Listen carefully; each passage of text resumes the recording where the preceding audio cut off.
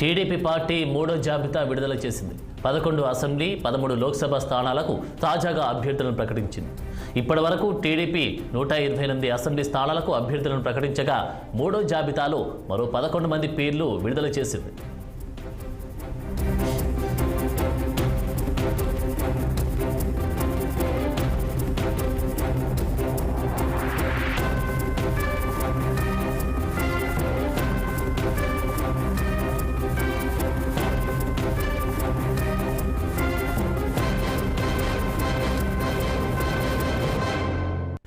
ఇక ఇదే అంశానికి సంబంధించి తాజా అప్డేట్స్ మా ప్రతినిధి కోటేశ్వరరావు లైవ్లో అందిస్తారు. కోటేశ్వరరావు, ఆనంద్, ఇప్పుడే టీడీపీకి సంబంధించినటువంటి మూడవ జాబితా విడుదలైంది. టీడీపీ మూడవ జాబితా విడుదల చేస్తూ మరి మొత్తానికి అధికారికంగా మరి అసెంబ్లీకి సంబంధించినటువంటి అభ్యర్థులు ఎవరైతే ఉన్నారో ఈ మూడవ లిస్టులో 11 స్థానాలకు మరి అభ్యర్థులను ప్రకటించారు టీడీపీకి సంబంధించి.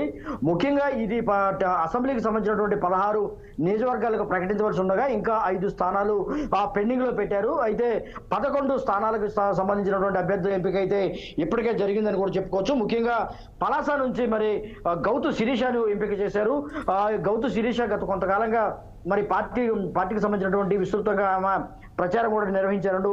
అయితే గౌతు శిరీషకి ఈసారి పలాస నుంచి ఆవిడకి సీటు కేటాయించడం జరిగిందని కూడా చెప్పుకోవచ్చు. ఇక పాతపట్నం నుంచి మామిడి గోవిందరావుకు మరి ఈసారి అభ్యర్థిగా కేటాయించారు. శ్రీకాకుళం నుంచి గొండు శంకర్, అంతేకాకుండా శృంగవరపు కోట కోళ్ల లలిత కుమారుడికి ఈసారి సీటు ఇవ్వడం జరిగింది. ఇక కాకినాడ సిటీకి సంబంధించినటువంటి వనమూడి వెంకటేశ్వరరావుకి అభ్యర్థిని ఖరారు చేశారని కూడా చెప్పుకోవచ్చు. ఇక అమలాపురానికి సంబంధించినటువంటి ఐతా భక్తుల ఆనందరావుకి కేటాయించారు. మరి పెనమలూరుకు సంబంధించినటువంటి బోడే ప్రసాద్, అంతేకాకుండా మైలవరం నియోజకవర్గానికి సంబంధించిన వసంత కృష్ణ ప్రసాద్ను ఎంపిక చేశారు. నర్సరావుపేటకు సంబంధించిన డాక్టర్ చెదలవాడ అరవింద్ బాబుకు మరి అభ్యర్థిని ఎంపిక చేశారని కూడా చెప్పుకోవచ్చు.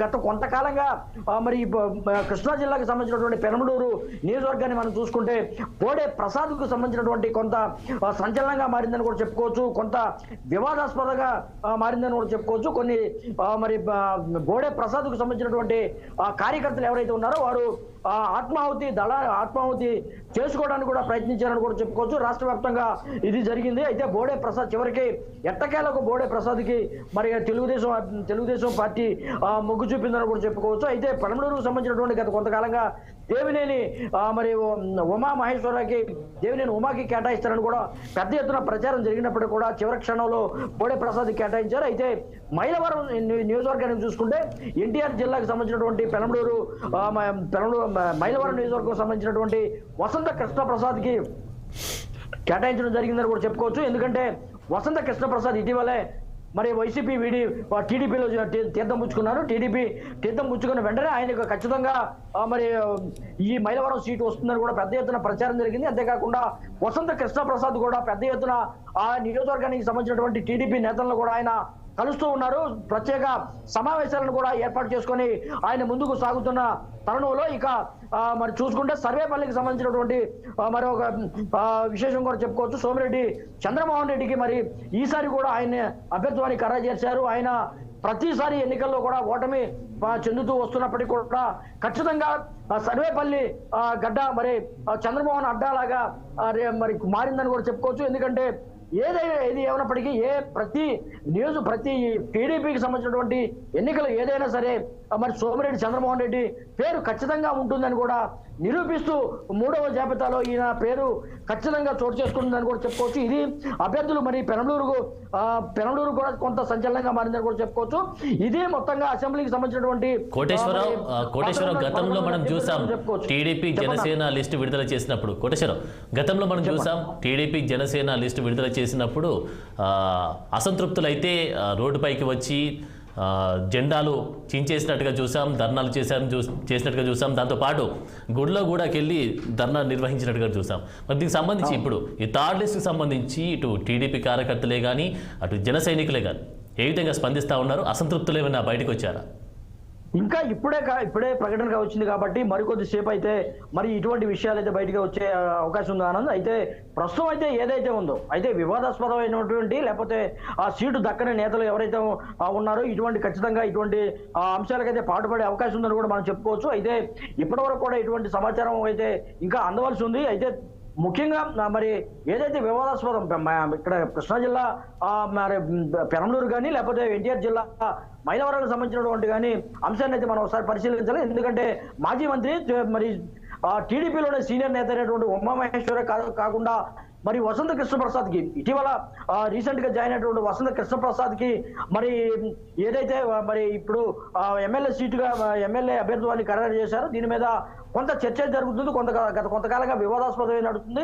అయితే ముఖ్యంగా గత కొంతకాలంగా టీడీపీ నేతలే బహిరంగంగా చెప్పుకున్నారు ఈసారి వసంత కృష్ణప్రసాద్కి టీడీపీ అభ్యర్థిగా వస్తే మాత్రం ఖచ్చితంగా మేము పనిచేయము, ఖచ్చితంగా వైసీపీకి సంబంధించినటువంటి సర్నాల తిరుపతిరావుకి మేము పనిచేస్తాం. ఎందుకంటే సర్నాల తిరుపతిరావు మరి ఇక్కడ స్థానికుడు కాబట్టి స్థానిక అభ్యర్థి కాబట్టి మేము ఖచ్చితంగా అతనికి సపోర్ట్ చేస్తామని రెడ్డిగూడానికి చెందినటువంటి కొంతమంది టీడీపీ నేతలు కూడా ఇటీవల ప్రకటించారని కూడా చెప్పుకోవచ్చు. అయితే కొంతమంది నేతలు అయితే మైలవరానికి సంబంధించిన గత కొంతకాలంగా కొన్ని ఐదారు నియోజకవర్గాల 5-6 ఎన్నికలకు సంబంధించినట్టు చూసుకుంటే బయట నుంచి అంటే స్థానికులు కాకుండా బయట వారికి టీడీపీ సీట్ ఇస్తూ ఉంది. అంతేకాకుండా స్థానికులు ఎవరైతే వారికి ప్రాధాన్యత ఇవ్వట్లేదని కూడా పెద్ద ఎత్తున కొన్ని ఆరోపణలు అయితే ఉన్న నేపథ్యంలో మైలవరానికి సంబంధించినటువంటి మరి వసంత కృష్ణప్రసాద్ని మనం ఒకసారి పరిశీలిస్తే ఏం జరుగుతుంది ఏంటో కూడా తొందరలో తెలిసిపోతుంది. అది మరి కొద్ది సేపట్లో వివాదం ఏమైనా ఉంటే కూడా తెలిసిపోయే అవకాశం ఉంది. అంతేకాకుండా టీడీపీ 3వ జాబితాలో సంబంధించినటువంటి 13 మంది అభ్యర్థులతో పార్లమెంటు అభ్యర్థులకు సంబంధించినటువంటి లిస్టు కూడా మనకి ఇప్పుడే రీసెంట్గా విడుదలైందని కూడా చెప్పుకోవచ్చు. దీనికి సంబంధించిన మొత్తంగా చూసుకుంటే దాదాపు పొత్తుల్లో భాగంగా మరి ఏదైతే 8 సీట్లు మిగతా పక్షాలు ఏది బీజేపీకి జనసేనగా వెళ్ళిన నేపథ్యంలో దాదాపు 17 స్థానాలు అయితే టీడీపీ ప్రకటించవలసి ఉంది. 17 స్థానాల్లో కేవలం ఈరోజు 13 స్థానాలు మాత్రమే ప్రకటించింది. ఇంకా 4 స్థానాలను ప్రకటించవలసిన అవసరం ఉంది. అంటే 4 స్థానాలను పెండింగ్ లో పెట్టిందని కూడా చెప్పుకోవచ్చు టీడీపీ పార్టీ. ముఖ్యంగా ఇక్కడ చూసుకుంటే ఈ 3వ జాబితాలో పార్లమెంటుకు సంబంధించినటువంటి మొత్తంగా ప్రకటించారు 13 మంది అభ్యర్థుల్లో కీలకంగా మారారు. శ్రీకాకుళానికి చెందినటువంటి పార్లమెంటు స్థానానికి కింజరపు రామ్మోహన్ నాయుడిని చేశారు. ఇది అందరూ ఊహించదని చెప్పుకోవచ్చు. ఖచ్చితంగా కింజరపు రామ్మోహన్ నాయుడికి ఈసారి ఖచ్చితంగా దక్కుతుందని కూడా చెప్తున్నారు. ఇక విశాఖపట్నానికి సంబంధించి చూసుకుంటే విశాఖపట్నం గత కొంతకాలంగా బీజేపీ అయితే పెద్ద ఎత్తున పోటీ అవుతుంది.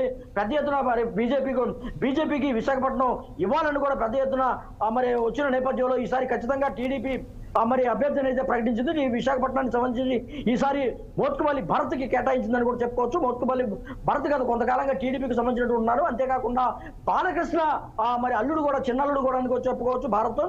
దీనికి సంబంధించిన అంతేకాకుండా ఈయన పారిశ్రామికవేత్తగా కూడా కొనసాగుతున్నారు, విద్యావేత్తగా కొనసాగుతున్న పరిస్థితి కూడా చూస్తున్నాము.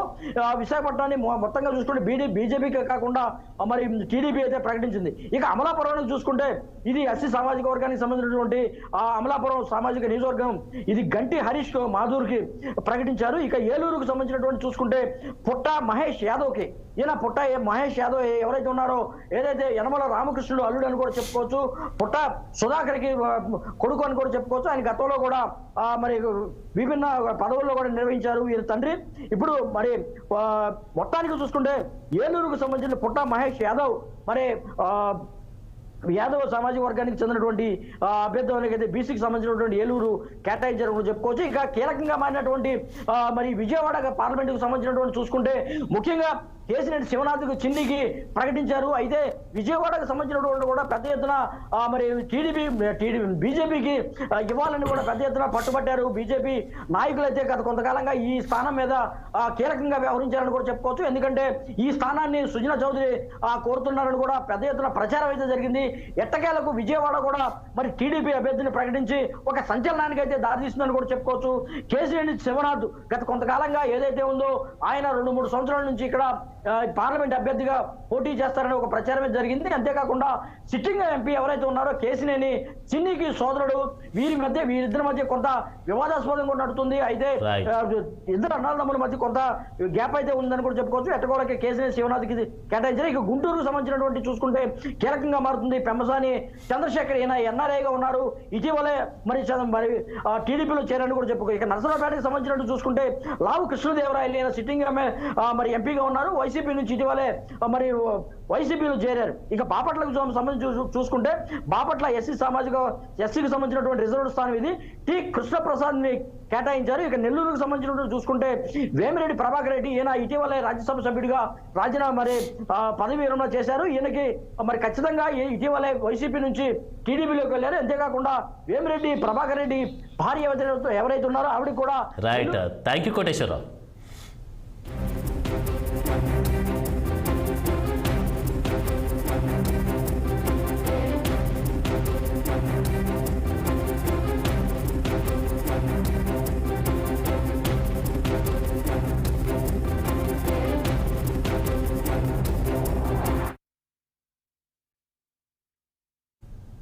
సుప్రీంకోర్టు